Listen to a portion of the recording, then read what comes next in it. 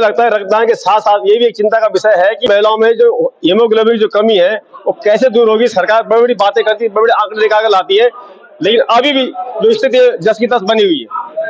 ये आपने बिल्कुल सही कहा कि जो रक्तदान शिविर है ये मैदानी क्षेत्रों में जो लोग सामाजिक संस्थाएं लगाती है, ये विशेषकर अगर आप देखें जो पहाड़ के क्षेत्र में जो महिलाएं हैं, जो कि वहाँ के आर्थिक रीढ़ है, जिनको आप आयरन लेडी कहा जाता है, उन्हीं में जो है आयरन की इतनी कमी है क्योंकि खून, जिसे लोकल स्तर पर कहते हैं खून की कमी हो गई, वो खून की कमी नहीं, वो आयरन की कमी है, जिससे एनीमिया रोग हो जाता है। सरकार के जो आंकड़े हैं उसमें भी आता है कि पहाड़ की जो महिलाएं हैं या ग्रामीण देहात की जो महिलाएं हैं, उनमें जो एनीमिया हो गया है, उनमें जो आयरन कमी है। तो केवल आंकड़े जो आ रहे हैं उस पर काम करना चाहिए, स्वास्थ्य विभाग उस पर काम करे। और इस प्रकार से आज आपने भी देखा होगा बहुत से महिलाएं ऐसी थी जो खून देना चाहती थी, लेकिन क्या है, उन्होंने कहा कि हमारे पे जो आयरन कम है, एनीमिया की बात आ गई है। तो इसको जो है सरकार के द्वारा जो है और शिक्षा लोकल स्तर पे जो एनजीओ है, ग्रामीण स्तर पे जो और संस्था है, उनके जरिए इस कार्य को बहुत तेजी से बढ़ाया जाना चाहिए। और सबसे बड़ी बात आपने देखी होगी कि पहाड़ में जो है ग्रामीण स्तर पर अगर आप जाएंगे हमारे, तो एक भ्रांति थी पहले कि खून देने से जो है कमजोरी आ जाती है, खून नहीं देना चाहिए।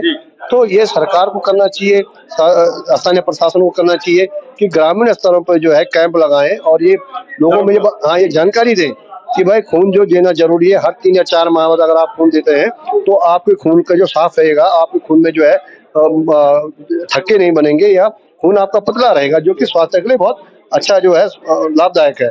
तो ये भ्रांतियां निकालने के लिए जो है ग्रामीण स्तर पे पहाड़ के या ग्राम देहात में जाकर जो है बहुत बड़ी जानकारी जो जानकारी देनी है, वो सामाजिक संस्थाओं को भी, जो एनजीओ हैं और सरकार के जो नुमाइंदे हैं, उनका ये प्रथम कर्तव्य है कि वो इस चीज से जो है पहाड़ की महिलाओं को जो है एनीमिया से दूर कर। एक और बात, जैसा कि कहते हैं खूनदान हम जब देते हैं तो ले तो आसानी से लेते हैं, लेकिन जब इसे किसी अन्य व्यक्ति को चढ़ाया जाता है उसके बाद से बड़ा परीक्षण होता है। उस वक्त ये पता लगता है कि जिस आदमी ने खूनदान दिया है क्या इसके अंदर कोई ऐसी क्या उसके अंदर कोई ऐसी भयानक बीमारी तो नहीं है। तो इससे आपके कई और फायदे भी हैं, जिससे कि आपको पता लगता है बिना पैसा खर्च किए हुए मात्र एक खूनदान देने से कि आपके अंदर कोई भयानक बीमारी तो नहीं है। क्या ये बात सत्य है? बिल्कुल, जब आप खून देते हैं और जब वो खून किसी और दूसरे को चढ़ाने से पहले जो है वो कई परीक्षणों से गुजरता है, तो उससे पता चल जाता है कि आपके अंदर कोई ऐसी बीमारी तो नहीं है जिसका कि आपको जो पता नहीं चल पा रहा है। तो उस जांच में सब पता चल जाता है और ये बहुत जरूरी है खून आप रक्तदान करें। और एक बात और है, मैंने देखा है देहरादून, हरिद्वार, उधम सिंह, हल्द्वानी के अस्पतालों में जब पहाड़ से या गाँव से कोई लोग आते हैं तो जब उन्हें खून की जरूरत पड़ती है तो बेचारे असहाय हो जाते हैं। बिल्कुल, ना उनके कोई ऐसी पकड़ है, ना उनके पास इतना पैसा होता है। तो उस समय जो खून बेचने वाले होते हैं, जो कुछ वो है, वो उनके चंगुल में आ जाते हैं या उन्हें खून नहीं मिल पाता है, बहुत बुरी तरह फंस जाते हैं। उसमें भी जानकारी देना अति आवश्यक उसमें भी जानकारी देना अति आवश्यक है। जो जिन संस्थाओं को आप खून देते हैं उनकी जिम्मेदारी हो, जिसको खून दिया है जब उसे जरूरत पड़े तो उसे जो है खून जरूर उपलब्ध कराया जाए। अन्यथा आप देखिए किसी भी हॉस्पिटल में दूर दराज से जो लोग आते हैं वो खून की कमी के कारण या तो असहाय है या बेचारे दर दर भटक रहे हैं।